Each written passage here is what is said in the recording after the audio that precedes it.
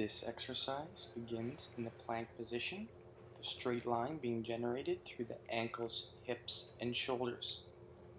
Opposite arm and leg are then raised off the ground approximately 1 foot. Maintaining an abdominal contraction, the movements are generated at the shoulder and hip, which means there should be no rotation of the pelvis.